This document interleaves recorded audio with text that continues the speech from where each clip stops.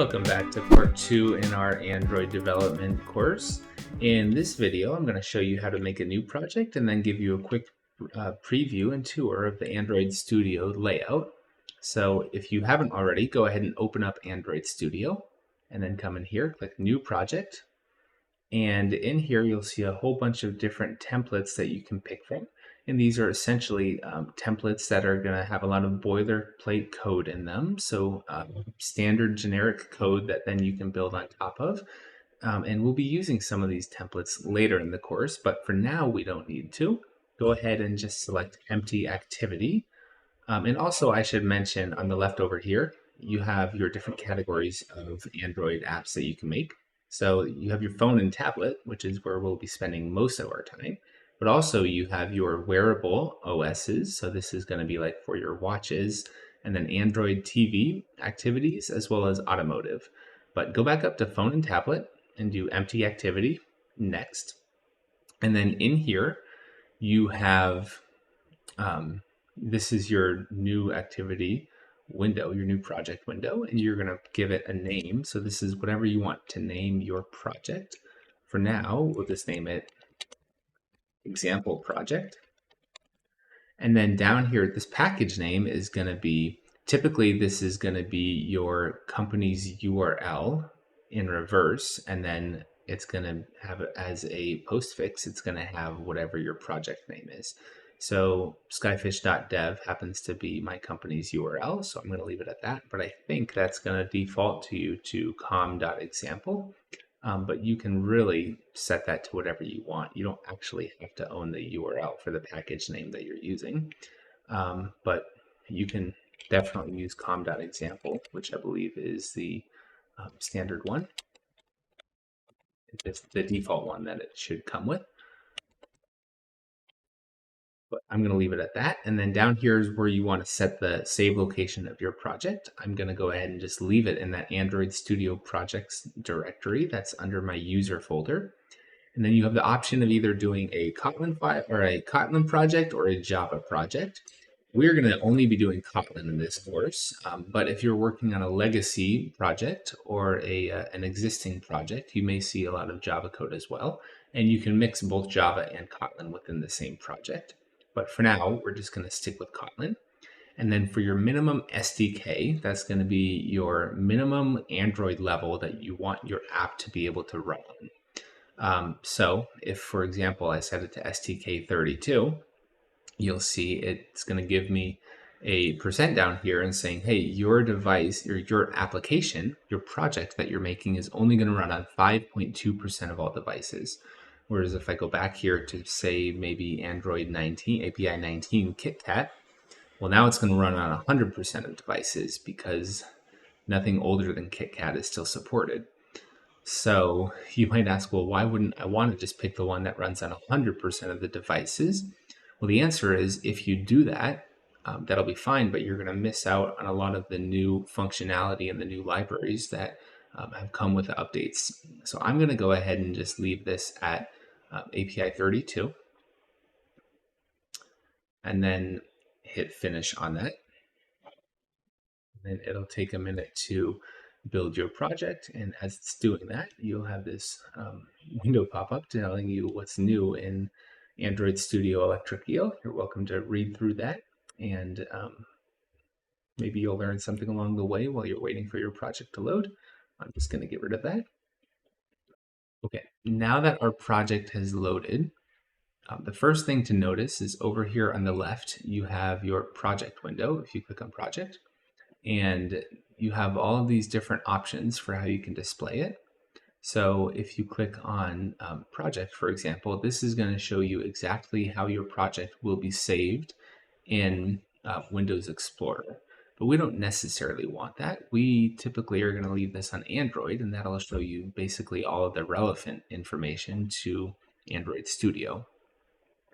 So in here, you have two different sections. You have your app, which is going to be all of your source code. And then you have your Gradle scripts, which is where you're going to set up all of your dependencies that are needed. And a dependency is just essentially a third-party code library that you can import into your code and use without having to write your own code, you can add a lot of third-party functionality without having to write it out and make it yourself.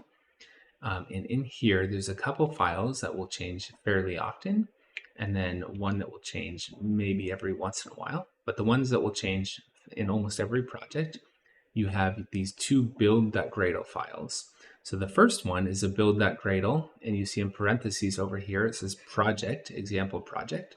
So this is going to be all of the Gradle settings, all of your build settings that are going to be common to your entire project. And then the next one is going to be your build.gradle at the module level. And this is going to be all of your build settings that you want to be specific to each individual module.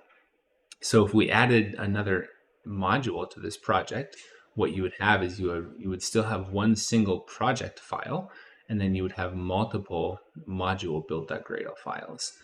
But for now, and in this empty template that we selected, we only have one project and one module. So we're just going to have one of those.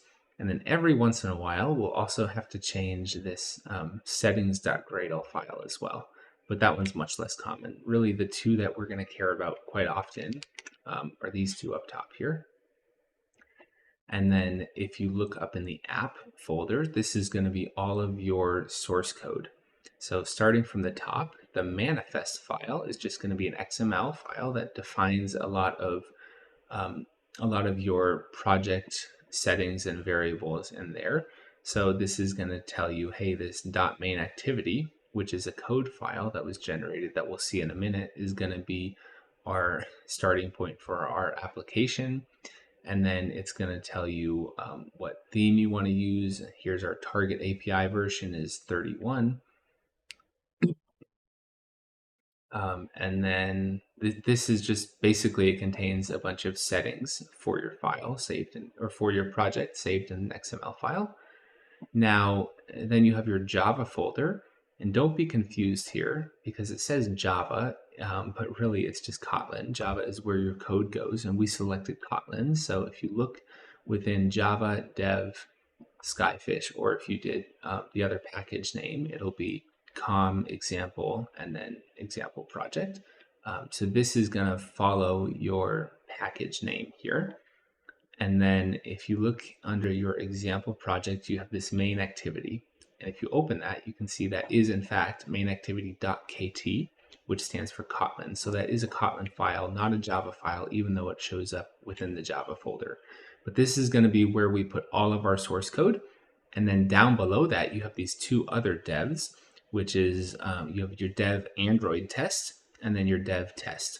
So the top one, dev Android test, this is going to be where we put all of our code to run tests on an Android virtual emulated device. And the bottom one, this dev test, is going to be where we put all of our tests for code that you can run just in Kotlin, that you don't have to run specifically on an Android virtual device. And then under that, you're going to come to this res folder, and that stands for resources. So if I open that, in here you have drawables, which are going to be images. So if I open this, for example, you can see that this is my little Android head. That is just the default icon for all of your new Android applications. And then you have your layout directory, which is where you're going to store all of your layout files. So if you look here, this is your basic standard empty layout file. And all you have here is you have your, we'll talk about more what this means later, but you have a constraint layout, and then you have a text view within that. And in here, say I want to add a button, I can take a button and I can just drag and drop that onto the screen. And actually what is happening here is really I'm editing an XML file and doing it with this drag and drop functionality is just a way to edit an XML file behind the scenes. So if you look up here in your top right corner of that window, you have design, you have split, and then you have code. So if I do my code window, it'll show me that XML file. And this button right here is that button that we just added. So you can see I have that button. And if I come back to my code and I delete that, and then I go back to design, you can see that button is gone. But if I drag a button back down there again, and then click split view, you can say, well, here's our button, and here's our button that we added.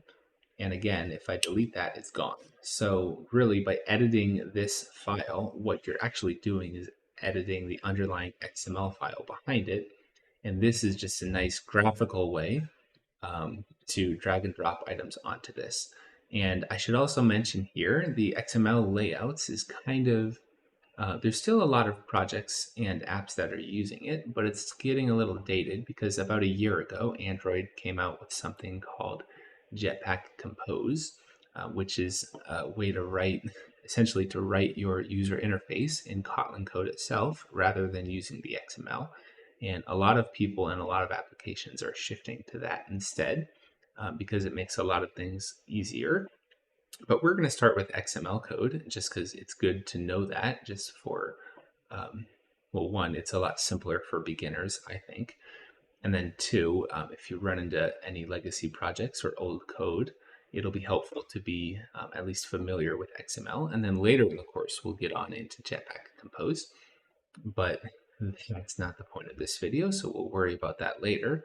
And then also in here, you have your values folder, which if you look in here, you have your colors, which these are just predefined colors that come with our empty template, but you can add whatever colors you want in this file. And then instead of in your code having to reference, for example, this number, FF000000 for black, we don't have to do that. We just reference color.black, and it's just a much cleaner and easier way in your code, because then when you run across it, you'll know exactly what this number means or what the color is. Whereas if I run across this number in the code, I'm not going to have any idea what that means. And then the same thing with strings. This is where you can save all of your text that you need. So if you have a button that displays text or a text view that displays text, what you do is you save all of that text instead of hard coding it into the code itself. You're going to save it in this strings file.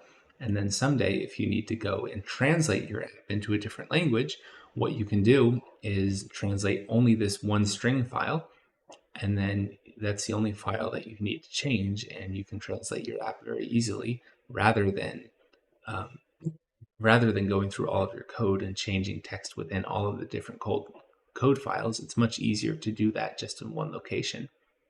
And then down here is going to be your themes, and we'll play around with this later, but a theme is essentially these are the files that define how your app is going to look when you run it on your screen.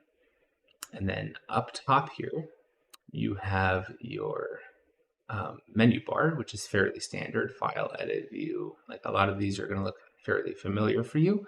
So that's your menu bar. Then down over here, you have a toolbar, which has your build, which is this little hammer for make a project. You have your run button, which is this triangle right here, which will go ahead and build it and then run it on an emulated device. You have a debugger here, which we'll worry about more later. And then you have this drop down here is going to be the list of all of your available Android emulated devices.